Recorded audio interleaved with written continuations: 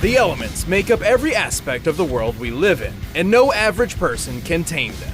But somehow these kids can master them with a vengeance. Like Aang, the Avatar.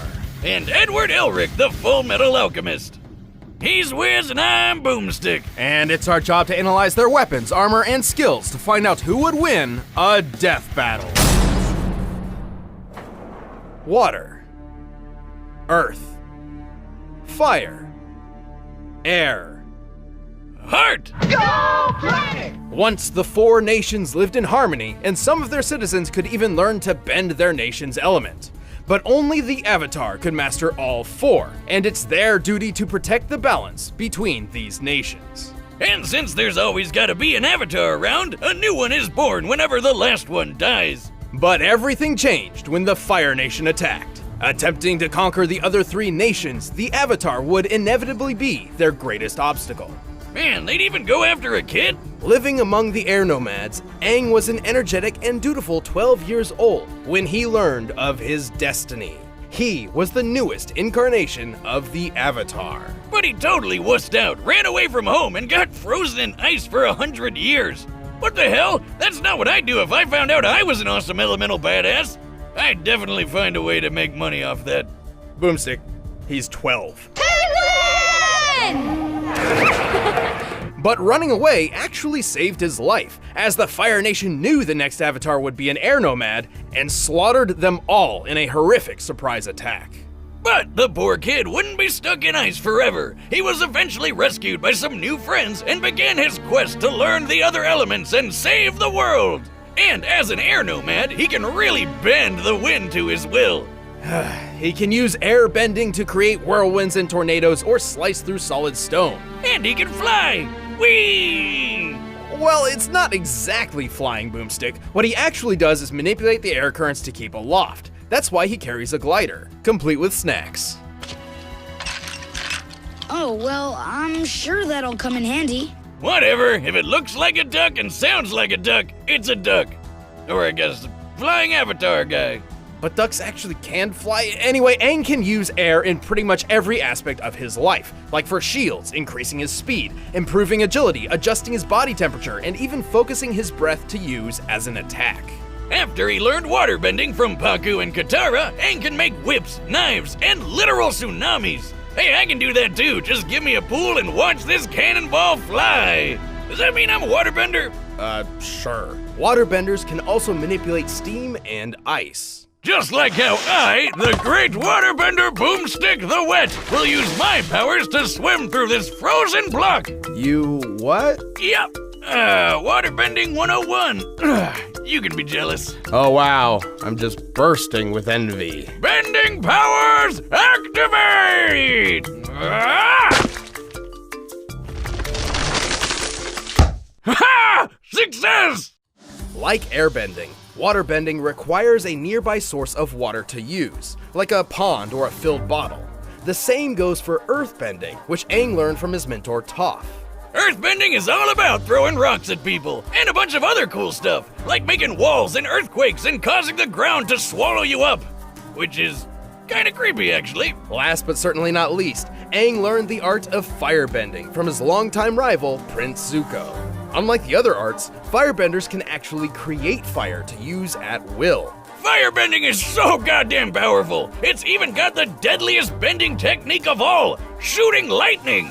Well, only the most advanced firebenders can cast lightning, which is usually an instant kill move. While Aang never learned the move itself, he has learned how to redirect it through his body. But even after learning the four elements, Aang got to meet one last master bender, who taught him the art of manipulating a person's life energy, the purest form of bending. It's super dangerous though, and one mistake could tear up Aang's soul. And with it, Aang defeated the Fire Lord and brought peace to the world at large. Well, with that and with his super form, the Avatar State. In the Avatar State, Aang's bending abilities grow immensely powerful. This is because the Avatar State lets Aang draw upon the power and wisdom of all previous Avatar incarnations. Though it is extremely risky, as dying while in the Avatar State ends the cycle of reincarnation permanently. Why would he care if he's dead anyway?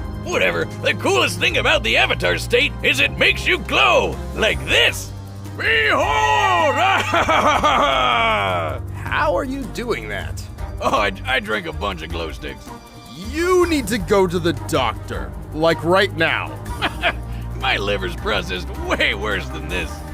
Well, with or without the Avatar state, Aang is plenty powerful. He has the ability to move gigantic stone columns and even carve canyons around an entire city. Not only has he survived hits from earthbending kings and massive explosions, he threw this gigantic column of rock at the Fire Lord. To get the column's mass, we compared Aang's height against it and determined it must weigh 9,500 tons. Aang's super fast too. With airbending, he can run on water. Which, given his size, requires a movement speed of well over 67 miles per hour.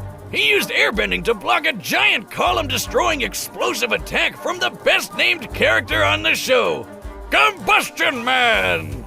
And he's proven he could redirect lightning from the Fire Lord himself.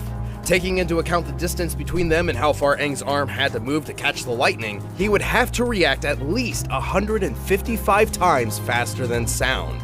He is pretty unused to violence, though. I mean, he's a vegetarian pacifist for crying out loud. But while he may seem like just a kid, Aang still saved the world and led it into a peaceful future. To him, bending is elementary. If you want to be a bender, you have to let go of fear.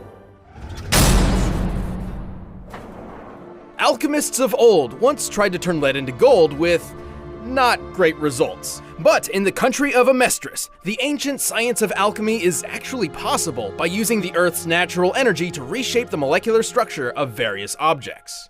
And by drawing a circle thingy.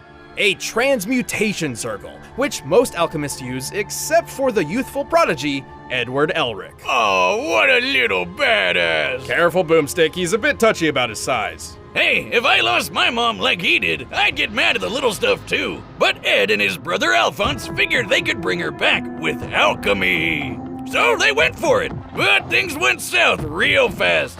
You know how people say they'd give an arm and a leg for something? Well, Ed literally did, and poor Al lost his whole body. Luckily, Ed managed to stick his brother's soul in a suit of armor, but still, yikes. This horrible experience has forever marked the two brothers. No one is meant to transmute the human soul, and the boys were lucky just to escape with their lives. But he got something good out of it, like super secret knowledge, including how to do alchemy without a circle thingy. He just has to clap instead. So, worth it? With these new abilities, Ed and Alphonse began their quest to restore their bodies. Specifically, they sought the incredible power of a Philosopher's Stone, believing it to be their only chance. Eventually, Ed joined the military, and thanks to his amazing potential, he was named by the Fuhrer the Full Metal Alchemist. What? Adolf Hitler? Nah, it's just Bradley. He's okay. Until he isn't. Spoilers! Also, since Ed lost a couple limbs, he got them replaced with automail, kinda like my leg. Automail is made from incredibly durable metal, ranging from his original steel one, to a gas-powered one, to his best version consisting of a mix of aluminum and carbon. Apart from being durable metal prosthetics, Ed's automail limbs function just like normal ones. He can even reshape his arm as a weapon. So he can turn it into swords and saws and stuff, increase its durability by hardening its makeup, or turn it into an umbrella. Ah, truly a limb of many talents. But at the end of the day, Ed's true talent lies not in sword fighting or umbrella holding, but the art of alchemy. He can do all sorts of crazy things with all the elements. He can basically make anything he wants, like spears and shields. So long as he follows the rule of equivalent exchange. Anything created with alchemy must have a source of equal value and cannot be made fundamentally different. For example, lead can be molded into a statue, but it cannot be turned into water. Other than that, there are three principles needed to use alchemy well. Comprehension, Which means you gotta understand what the thing you're using is made of. destruction, Breaking stuff down. and reconstruction. Putting stuff back together. Ed is only limited by the materials at hand and his imagination. At his full potential, he can do almost anything. He can purify water, create ammonium gas from ammonium nitrate, repair entire houses, and transform a gun into a trumpet. Don't you ever try and do that with any of my guns. Anyway, Ed's also learned destruction alchemy, which does exactly what you think it does, make a big ol' kaboom. Ed's used it to destroy stuff like automail, but it can also be used to explode people's heads! So, using destruction alchemy, Ed should be able to destroy something like this on a molecular level. Ha! Or you could just do that. Anyway, with all of his abilities, Ed has done some incredibly impressive things. Not only has he blocked gunfire from a Gatling gun after it started firing, he's dodged a pistol from nearly point-blank range, and his automail arm even took a bite from a lion-headed chimera. It was totally fine! Assuming this chimera has a similar bite force to that of a real lion, that means Ed's arm stood up to a force of 1,000 pounds per square inch. He's created a gigantic cannon and then survived that cannon exploding while he was standing on it. And then he survived being on top of a huge boulder exploding too. We can measure the boulder's explosion against Ed's size to get an approximate energy output. With a radius of 36 feet, this blast must have been equivalent to over 100 tons of TNT. How's that for equivalent exchange, bitches? He also survived an explosion that took out most of a 10-story building. Even apart from being tough, Ed has shown considerable strength when using alchemy. Like when he created a gigantic golem to crush his opponent. By measuring the size of the stone golem's thumb, comparing it to the size of the average human's thumb, and using that scale to estimate the size of the golem, that gives us an estimated weight of over 3,000 metric tons. All this without any Philosopher's Stone, because it turns out those things are really, really messed up. Right, Philosopher's Stones are extremely powerful and can be used in many different ways. Kimberly the Crimson Lotus Alchemist, for example, used one to create a massive explosion equal to 157 kilotons of TNT. However, it turns out that these stones are composed of imprisoned human souls. So Ed and Al vowed to avoid them on principle. Although Ed can boost his alchemic power in a similar manner by drawing on his own life force, increasing his potential at the cost of shortening his lifespan. But that's what Ed ultimately had to learn, what it truly means to let something go. And so he found another way to revive Al's body, sacrificing his own power for the sake of family. Aw, what a nice guy! But all in all, so long as Ed knows what he's trying to transmute, he's an amazing force to be reckoned with. Now let's go home. Together.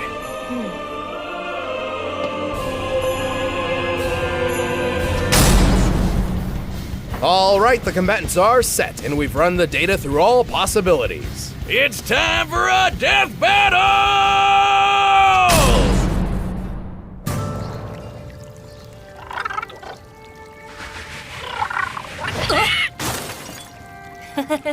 Sorry, Momo. You're just too little. Little! Who are you calling a pipsqueak, you stupid hairless kid? Nobody? I'll show you!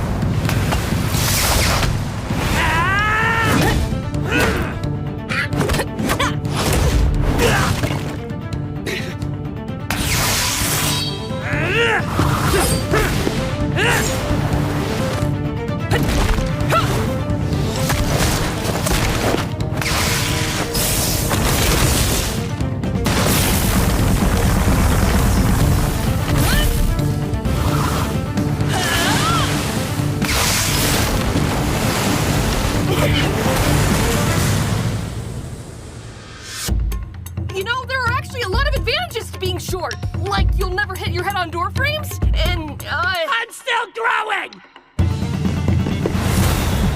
Now I gotcha. Ah! Oh no! I'm sorry! A classic misdirection. That's advantage Elric! Ha! Damn it!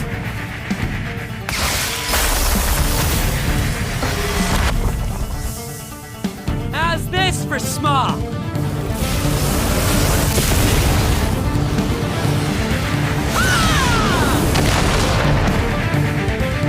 What kind of alchemy is that?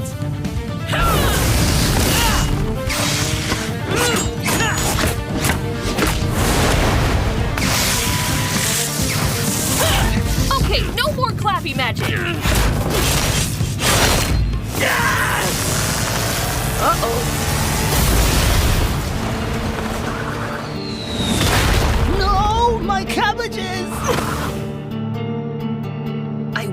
expose you again.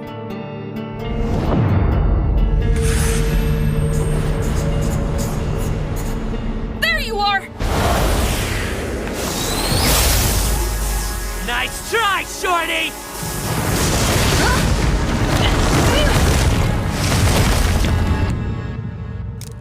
Whew. Can't believe that worked.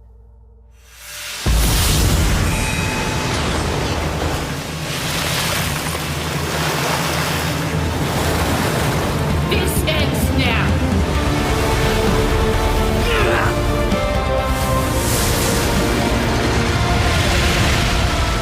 At least I'm taller than you. You left me no choice. Looks like Ed didn't have a leg to stand on. Or arm, I guess. Ed may have been more quick-witted and inventive, and he certainly had more combat experience. But Aang's bending abilities were far more versatile and readily available than combat alchemy. Yeah, Ed had cool stuff like cannons and gun trumpets, but Aang was fast enough to react to lightning, which is way faster than dodging a measly bullet. Recall how Ed survived an explosion that destroyed most of a 10-story building. By examining the size of the building and thus the volume of the conical explosion, this blast must have equaled about 30 kilotons of TNT. That's cool, but Aang did way more when he carved up a circle around that city in Avatar State. The force to blast such a huge ravine around the city of Yudao was a massive undertaking. By measuring the width, length, and depth of the affected area compared to the size of the city, we found it would take almost 160 kilotons of TNT to pull that off. More than 5 times greater than Ed's best durability feat. So Aang definitely had the stuff to crush Ed's automail arm, and the rest of him. Granted, Ed could reach this sort of power by sacrificing his life force. Remember Kimblee's explosion, the one empowered by a Philosopher's Stone, a blast worth 157 kilotons of TNT? That's almost identical to Aang's feat, and theoretically, Ed could have been capable of this level of power. Theoretically.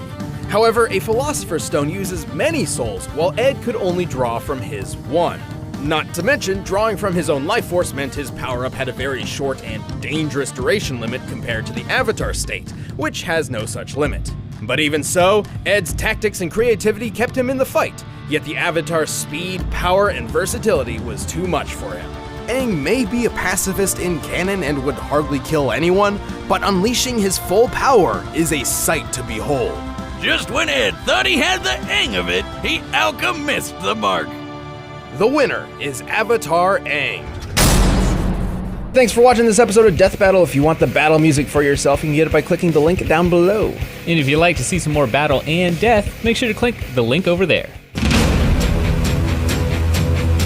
That's right.